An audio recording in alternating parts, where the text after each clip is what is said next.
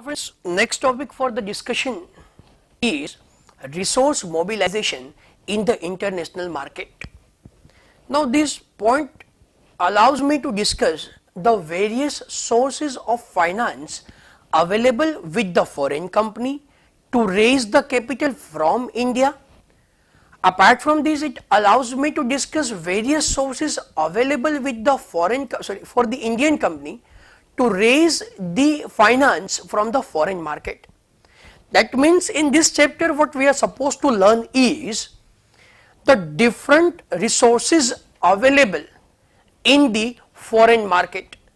If I consider the point of view of Indian company, the various source of finance available out of India.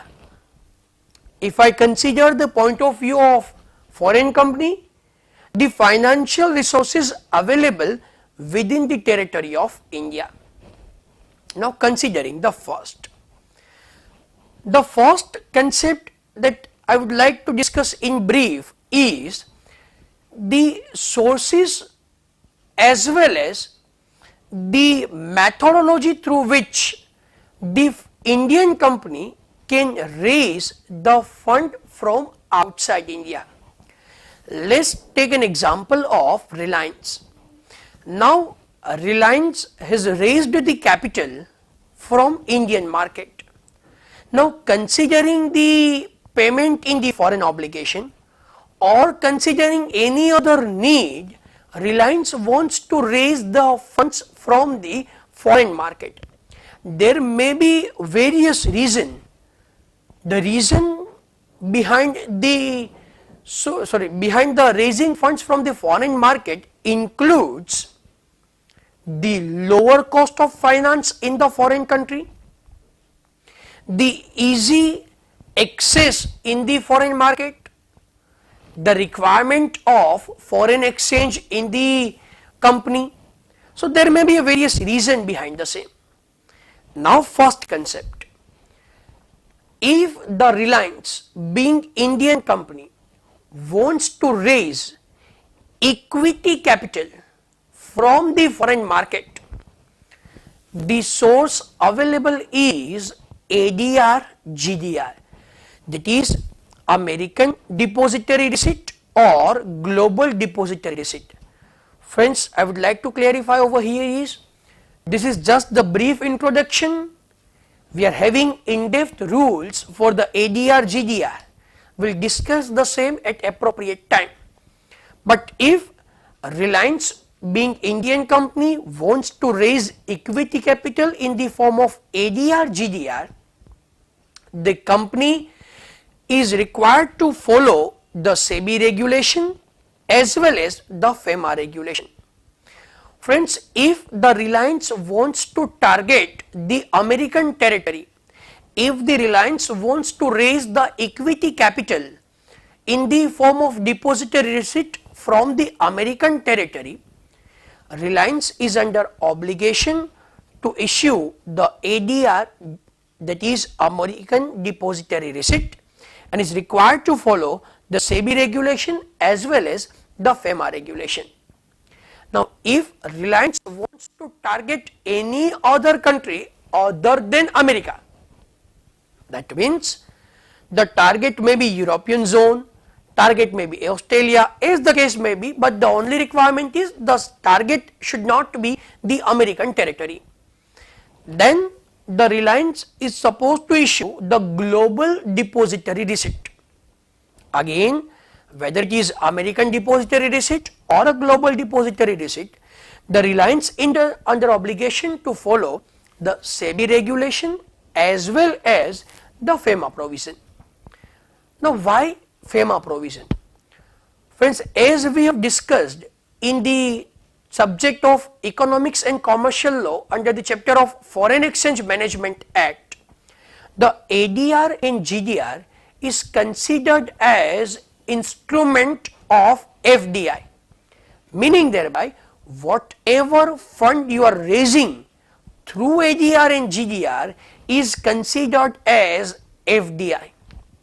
Now please friends, keep in mind over here is in a case where your company is within the sector where the FDI is prohibited, please keep in mind your company is not at all entitled to issue ADR or GDR. For example, print media.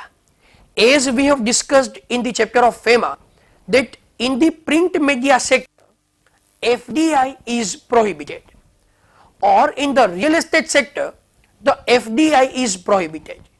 Meaning thereby, if your Indian company is operating in the print media sector, or if your company is operating in the real estate sector, the said company cannot issue ADR or GDR. The reason being very simple, because the ADR and GDR amounts to FDI, and the FDI in that sector is prohibited. That is why, friends, while considering this option, you are supposed to consider both SEBI provision as well as FEMA provision.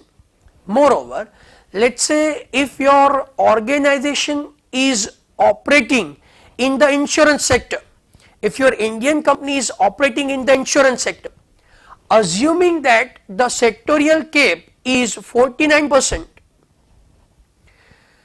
your insurance company can issue ADR or GDR to the extent 49% of your capital. If your organization wants to issue ADR or GDR in excess of the sectorial cap, your organization is required to take prior approval of Foreign Investment Promotion Board. So, if your Indian company wants to raise the equity capital in the form of ADR and GDR, the company is under obligation to consider the rules relating to the FDI under the FEMA as well as rules given under the SEBI. If your organization is satisfying both the condition given under the FEMA as well as under the SEBI, your Indian company can raise equity capital from the foreign market in the form of ADR or GDR as the case may be. Now, consider the second option. It may happen that your organization wants to raise debt capital. Now, debt capital, again, there are various reasons. One of the reasons is your organization is restricted from raising FDI. That's what we have discussed previously. That assume the situation where your organization is operating in the print media sector. Then, in case of print media, FDI is prohibited, meaning thereby you cannot raise equity capital. I can raise debt capital. So, in an area where the equity capital is prohibited, the company, if eligible within the regulation of SEBI and the RBI, can raise the debt capital. Now, giving to the brief example again, if your company is operating in the print media sector, your organization cannot issue equity capital outside India, meaning thereby your organization cannot raise equity capital from outside market. What your organization can do is, your organization can take loan from outside India, can raise debt capital outside India. Now, that debt capital will be raised in the form of external commercial borrowing called ECB. ECB cannot considered as FDI. It's a pure debt capital.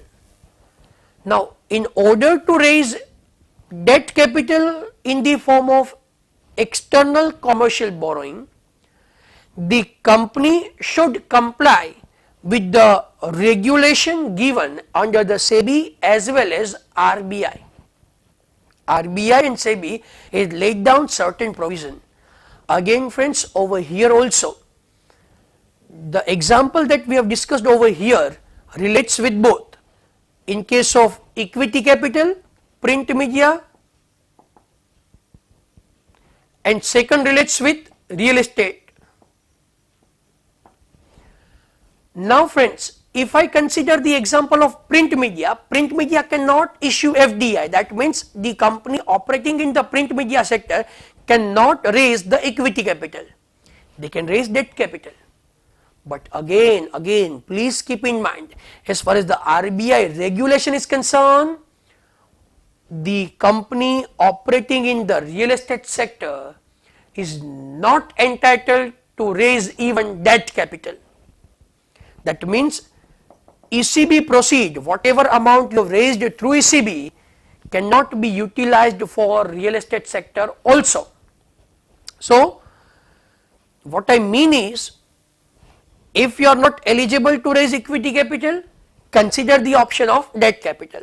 But again, debt capital is not entirely open. It is subject to the regulation given under the SEBI as well as RBI. Now, if your company wants to issue hybrid instrument, meaning thereby for a certain period of time, the instrument will operate as equity instrument, and after that period it operates as debt instrument. Again, that is also permitted. The permission is, you can issue FCCB, foreign currency convertible bonds, meaning thereby up to certain period of time the instrument operates as debt capital. After that period of time, the said debt capital will be converted into equity capital. So, this will give you the benefit of fixed as well as floating cost.